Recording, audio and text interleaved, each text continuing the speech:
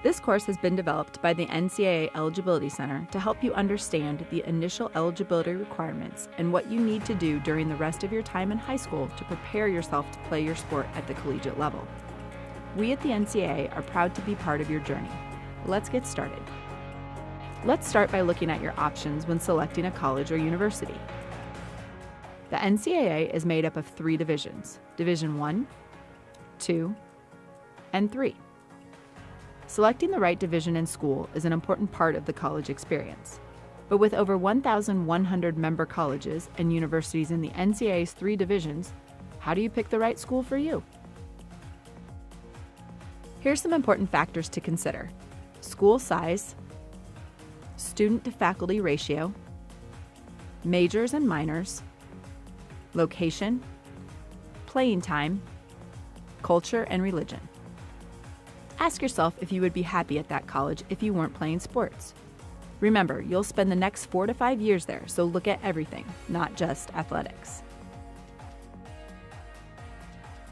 Your interest in playing at an NCAA member school is a great first step, but there are several things you need to do over the course of your high school years in order to be in a position to play once you hit campus.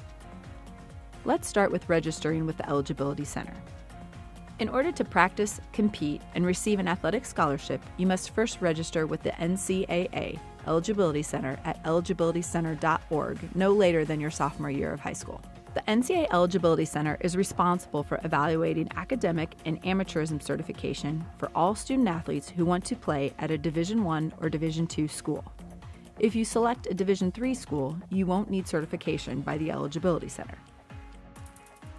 The academic certification guidelines used by the Eligibility Center exist to ensure you're prepared for academic success during college.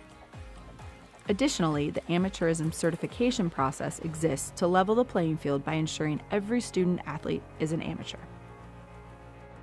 At eligibilitycenter.org, you'll find 2 types of accounts: a certification account and a profile page account. Which account you select depends on your situation. If you know you are going to play at a Division I or Division II school, or you want to take an official visit or sign a national letter of intent, you'll need a certification account. The cost for a certification account is $90.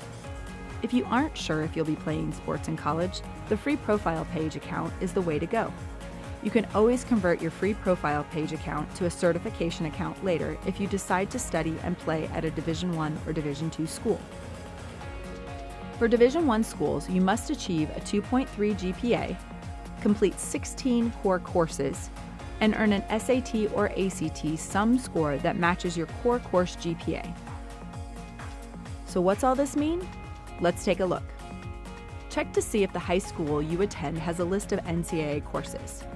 No core course list means courses taken from that school will not count for NCAA eligibility. If your school does not have a list, you risk being ineligible to play in college. In order to qualify academically, you also need to complete 16 core courses in the subject areas shown here.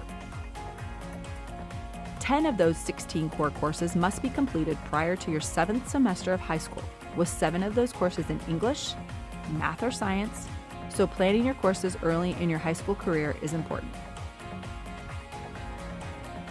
Work with your high school counselor to ensure you are taking the right courses. Starting in 9th grade, be sure you are getting your best grades in your classes. A core course GPA of 2.3 is required for full competition at the Division I level.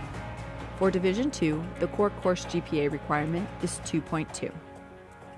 After registering with the Eligibility Center, ask your counselor to upload your transcript to your Eligibility Center account. If you have attended multiple high schools, the Eligibility Center needs an official transcript from each high school attended in order to process your academic certification.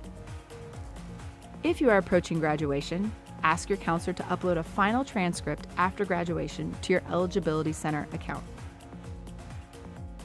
The Eligibility Center also needs your SAT or ACT test scores direct from the testing agency. Results on your high school transcript can't be accepted. When you register for the SAT or ACT, make sure you select code 9999 to have your scores sent directly to the Eligibility Center. Your ACT or SAT test score must match your core course GPA on the sliding scale. If you take either test more than once, we'll use your best subscores from different tests to get your best possible score. So take the test more than once if you can. The second certification required to practice, compete, and receive an athletic scholarship is for amateurism. When you register with the NCAA Eligibility Center, you will be asked a series of questions about your sports participation to determine your amateur status. In some instances, the NCAA Eligibility Center staff may need to gather additional information to evaluate your amateur status. However, more than 90% of student athletes who register are automatically certified.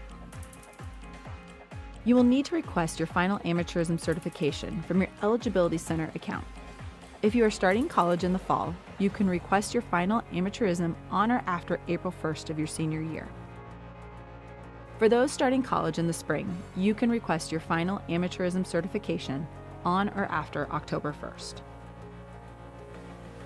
After registering with the Eligibility Center, be sure to watch for information in your email inbox.